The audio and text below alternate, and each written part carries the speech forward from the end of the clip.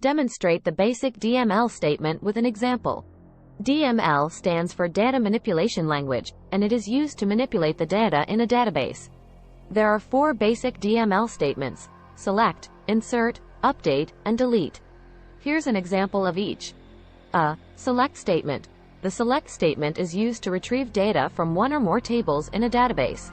Example: select asterisk from customers.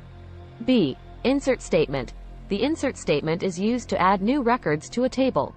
Example: insert into customers, customer_ID, customer_name, address, phone number, values, 101, Roshan Adhikari, Birtamode, 9,816,047,177 feet.